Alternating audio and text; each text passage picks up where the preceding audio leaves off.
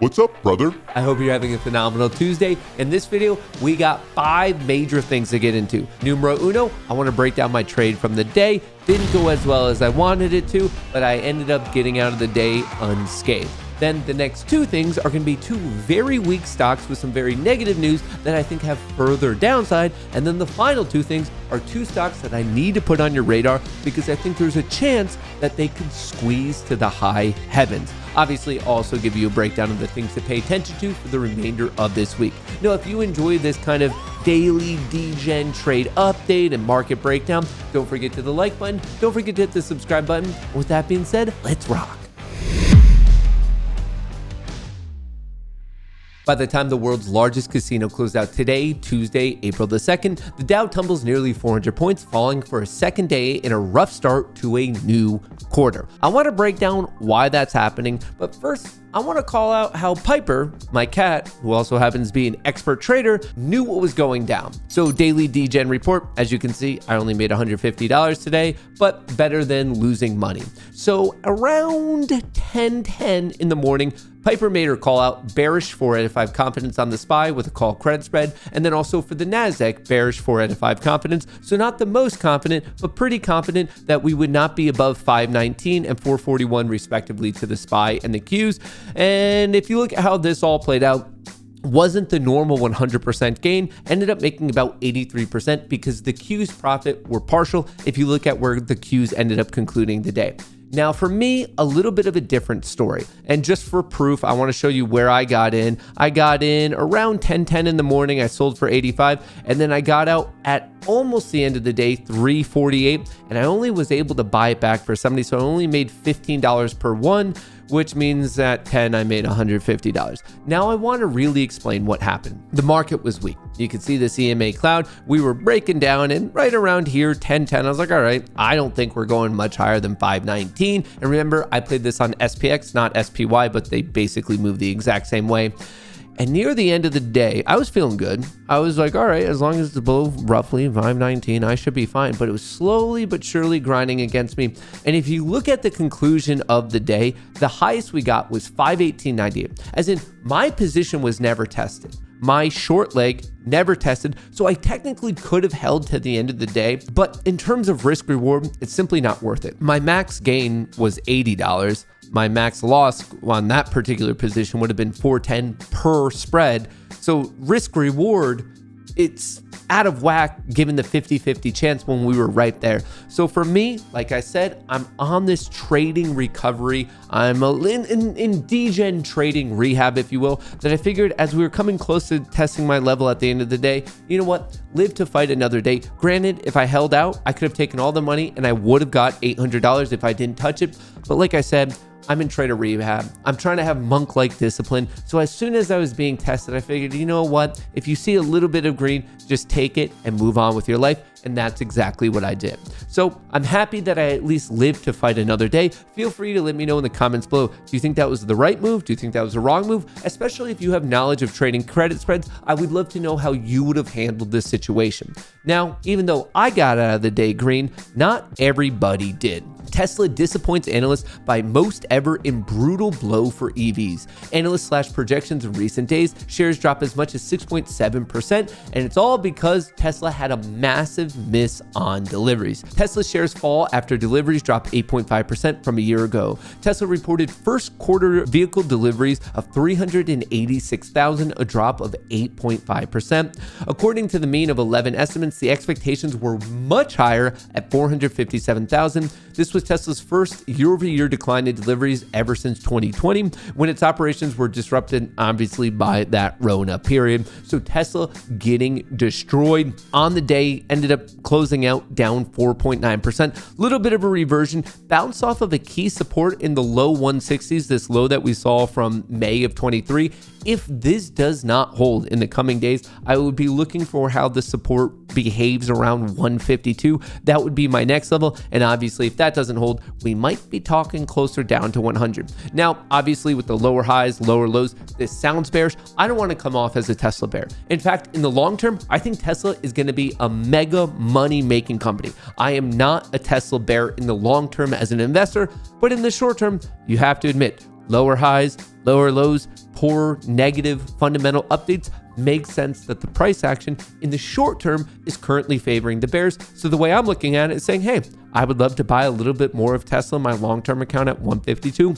And I would love it if it gets down to 102. I don't know if that's going to happen. So I might be taking it somewhere in the middle around 120, 125. So yes, I'm still a bull on Tesla in the long term as an investor, but I'm not so antsy to add to the position right now. Now, Tesla was red, but as in the intro I mentioned, there's two that I want to put on your radar. The other one is Apple.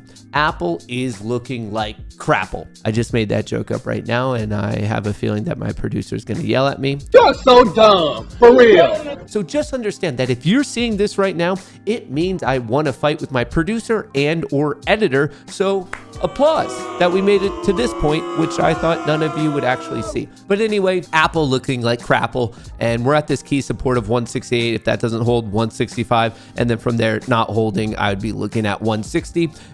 And that's the exact zone that I would be very interested in picking up a little bit more of Apple, because in the long term, I still think it's going to be a big winner.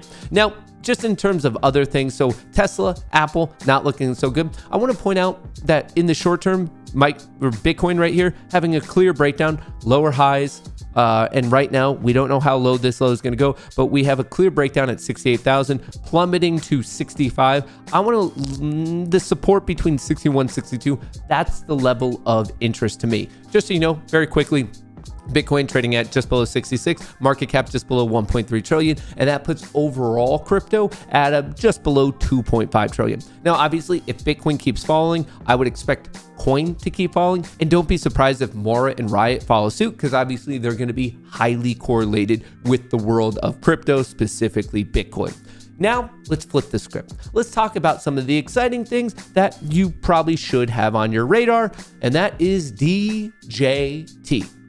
This just got done with its de-SPACing process. It was the True Social DWAC SPAC merger, now trading under DJT. And we have some higher highs, we have some higher lows. Obviously, we have a lot of FOMO, excitement, and fervor with the de-SPACing. Since then, it got hit, but look right where it caught itself. Caught itself out this downside gap fill. The EMA cloud still favoring the bulls. I want to see if it could bounce right out of there. And if it does, I think there's some people betting against this stock that are going to be in some serious trouble. And this is what I mean. The short interest overnight doubled. If you watch my update video from yesterday, DJT had a short interest of 11%, clocking in at 21, utilization fully maxed out at 100%, and the cost to borrow of 426. That is a jaw-dropping number, but it gets even crazier. Some people today got locked in at 856% cost to borrow. Do you realize how crazy? Just to show you how nuts that is. So I'm talking about Tesla and Apple, and right now people are betting against those, just to show you a comparison of what it's like when a stock is just being bet against and there's some shorts involved. Tesla has a short interest of 3.7%, a utilization of 2%, and a cost to borrow below 1%. DJT has a short interest of 21, a utilization of 100%, and a cost to borrow of average of 426 with a max of 850. That's a comparison against another stock that is being highly shorted. You have to respect how crazy that is. Now, do I know where this is going to go? No, I don't have a crystal ball. I don't know what the future is going to behold, but I can tell you if this starts to go up and it puts pressure on the people betting against the stock, they are going to get blown out. And because DJT is referred to as a small flow, it doesn't have as many shares, that means it can move more volatility. So if it starts to explode to the upside, I wouldn't be surprised if we see some serious fireworks. But that's not the only one. In a similar sense, check out Rump. Higher highs, higher lows, holding this bullish EMA cloud. Okay, cool. I like that. Bouncing off of 7.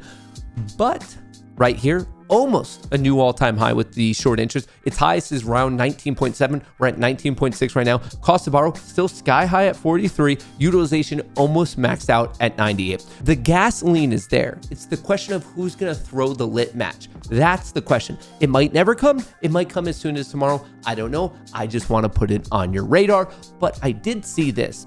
YT says it has a quote-unquote responsibility to manipulate algorithms leading up to the 2024 election. Now, if you ask me, many people on the left and on the right don't want this to happen. So if you have Rumble's main competitor saying that they're going to do something that the average person doesn't want them to do, it makes sense to me that Rumble would be a giant beneficiary of it. So not only are we talking about the price action, not only are we talking about the underlying data set related to the shorts, but I wanted to let you know that there might be some sort of just human social movement saying, hey, this stuff is a load of BS. So that's what I want to put on your radar. DJT and Rum looking like a hot tamale, and they might pop to the upside.